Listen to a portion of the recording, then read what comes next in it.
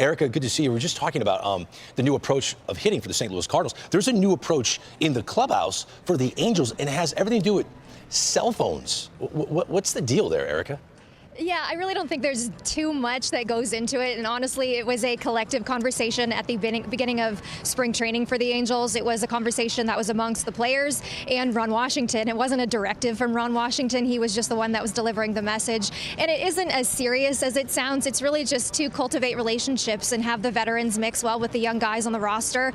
And so that these young players can move forward in their stage in professional baseball. So everybody was on board with it as soon as the message was delivered. And it's certainly something as far as the culture goes that they wanted to change as far as years past in the clubhouse. It's not a kangaroo court situation where if somebody's texting somebody in the clubhouse, they're going to get fined for it or anything like that. So it's really just to cultivate communication and for these guys to, really grow the relationships that they're building inside as well as on the field. Yeah, Eric, I would love it if we implemented this same rule, because trying to do a show with Dan Plesac, he's wildly unprofessional. He's on his phone constantly. Come on, man, we're on TV, man. I'm sorry, Erica. We're trying to get through this, but Dan just will not put the phone away. We were just talking about the Cardinals. They possess, I think, the best reliever in the National League in Ryan Helsley. Their bullpen should be good. It was good last year, even though they were just over 500. I love the Angels bullpen, Erica. I like the addition of Kenley Jansen. And so far, so good. Ron Washington has to be happy with what he sees back there in the pen. The bullpen for the Angels could really be one of the high points for them this season.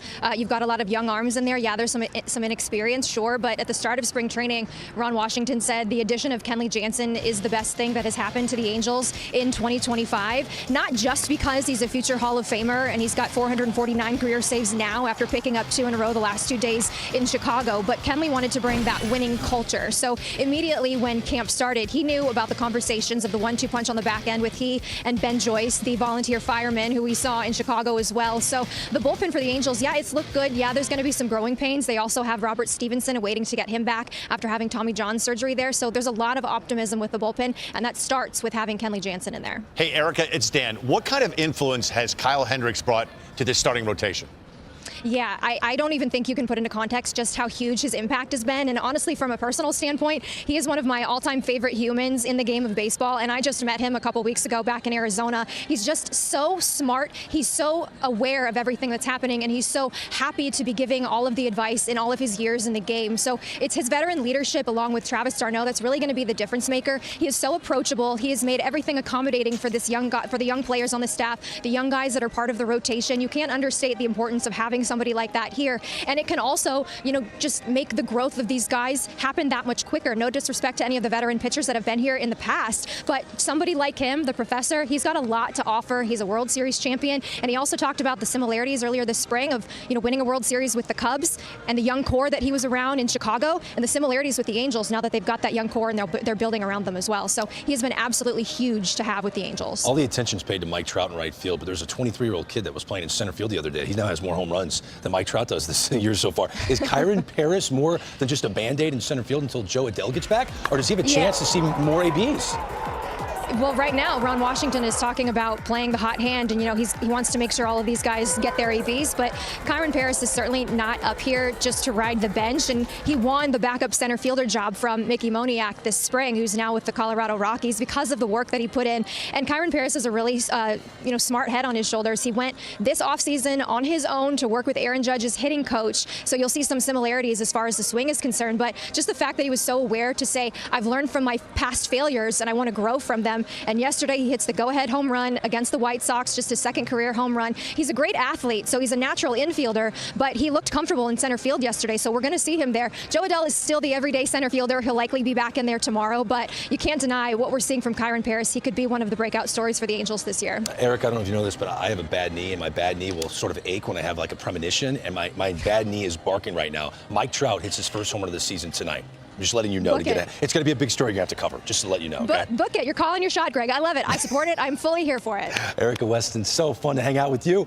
Enjoy the game tonight. Thank you for joining us. We appreciate it. Griffin, what a weekend for you. We'll talk about all of it, but can I just hone in on that electric play of the week? Is that the best catch you've ever made on a baseball field or what? Oh, without a doubt, without a doubt. I've robbed a few homers in my day, but none bigger than that, none as over the fence as that. And then the game situation, too. I mean, awesome feeling. I mean, can a defensive play like that create momentum for a baseball team? And if so, did you feel it after you made that play? Absolutely, absolutely. I mean, the dugout was so fired up. We got two quick outs after that, got out of the inning, and I definitely, when we all felt the momentum shift. You know, we knew we were coming out on top of that game, and the guys went and got it. Hey, Griffin, congrats on a great weekend. What a time to hit a home run when your dad's getting honored at the ballpark that day. I mean, awesome moment. Probably the coolest in my baseball career. From the ceremony, pregame, and then coming up in a big spot late in the game.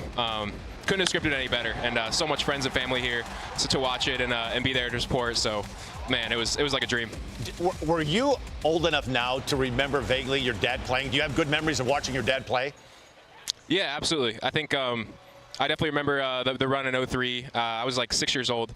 So those memories are a little hazy, but towards the end of his career, we spent a summer in Cincinnati. So I have a lot of memories of going to that park. We spent a whole summer there, which was awesome. And then 07 as well was fun. I loved watching your dad play. How would you compare your style of play to the way your dad played?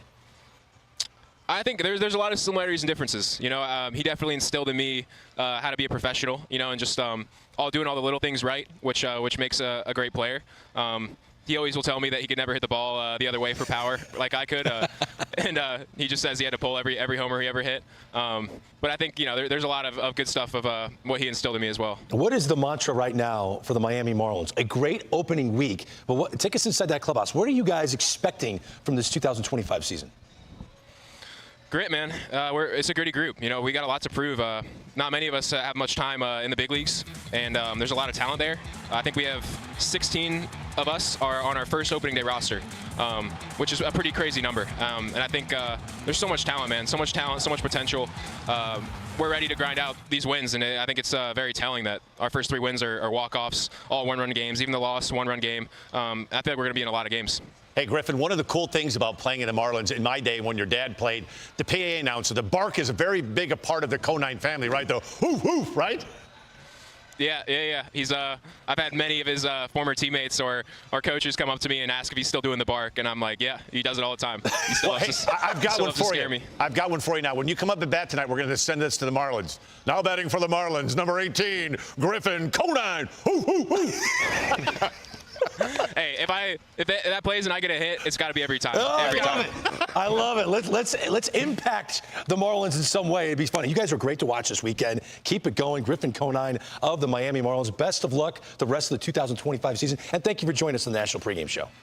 Hey, thanks so much for having me, guys. Appreciate it.